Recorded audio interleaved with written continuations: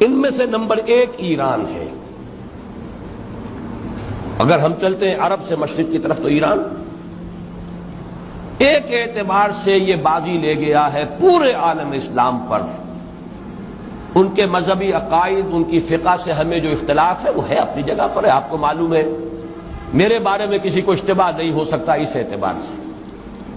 میری جس درجے دشمنی رکھی گئی ہے، جس طرح میرے سر کا جو ہے مطالبہ ہوتا تھا، 2 ہی آدمی تھے پاکستان میں کہ جن کے سر مانگے گئے، ایک کراچی کے وہ شاہ بلیغ الدین صاحب اور ایک نے، تو اس حوالے سے وہ اپنی جگہ پر اختلاف ہے، لیکن اس حقیقت کا اعتراف کیے بغیر نہیں رہا جا سکتا پورے عالم اسلام میں یہ واحد مسلمان ملک ہے جس نے بہرحال اپنی شریعت، اپنے عقائد کے مطابق ایک مذہبی انقلاب برپا کیا ہے، اور پورے عالم اسلام میں مذہبی سطح پر حکومت کی سطح پر فنڈامنٹلسٹ صرف ایک ملک ہے، یا دوسرا جو ہے تھوڑا سا وہ ہے سوڈان، لیکن اس کی اہمیت اس لیے نہیں کہ وہ کسی عوامی انقلاب سے نہیں بنا، بلکہ وہ تو فوجی انقلاب سے شکل بنی ہے جو بھی بنی ہے۔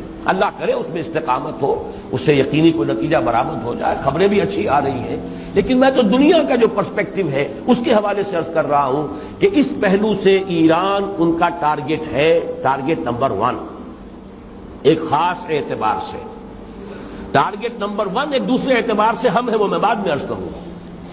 چونکہ حکومت کی سطح پر فنڈامنٹلزم ہے اور وہ آیا ہے ایک عوامی انقلاب کے نتیجے میں، پھر ان کے پاس تیل کی دولت ہے، اس کے خلاف اکنامک سینکشنز بھی ہو جائیں تو اگر لیبیا کھڑا ہو سکتا ہے تو بہرحال وہ بھی کھڑا ہو سکتا ہے، اور نقشہ وہ دنیا کو دکھا چکا ہے کہ لڑا دے ممولے کو شہباز، یہ نقشہ بھی اس نے دکھا دیا ہے۔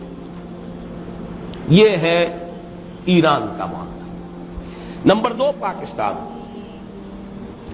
پاکستان 400 برس کی تجدیدی مساعی کا امین ہے، امانت دار ہے۔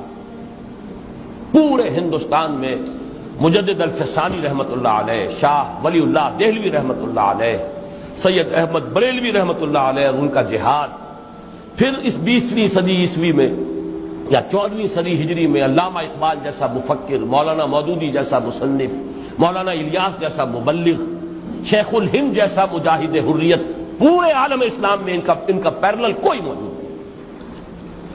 یہ 400 سال کی تاریخ ہے، اس کی امانت اور اس کے نتیجے میں یہاں کے مڈل کلاس میں فنڈامنٹلزم کا ایک نیوکلیس ہے، اگرچہ حکومت کی سطح پر کوئی پیش رفت نہیں ہو سکی آج تک، بلکہ اب تو پسپائی ہو رہی ہے، اب پیچھے ہٹ رہے ہیں۔ وہ ہمارے ان سیاسی جو بھی زعماء ہیں، جو جماعتیں ہیں، ان کی غلطی اور الیکشن ہی کو واحد میدان بنا کر اس کے اندر اپنا سارا وقت و توانائیاں اور قوتیں ضائع کر دینا، یہ ہے در حقیقت جس کا کہ یہ صدا مل رہی ہے کہ اس اعتبار سے تو پسپائی کی طرف ہے معاملہ، کسی پیش رفت کی طرف نہیں ہے۔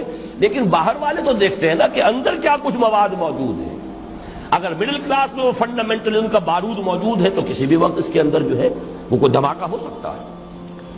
دوسری بات جو ان کے لیے ایک اعتبار سے ٹارگٹ نمبر 1 ہمیں بنا رہی ہے وہ ہمارا ایٹمک نو ہاؤ ہے، پورے عالم اسلام میں اور کسی کے پاس نہیں۔ اسلامی بم اگر بنے گا تو یہی بنے گا۔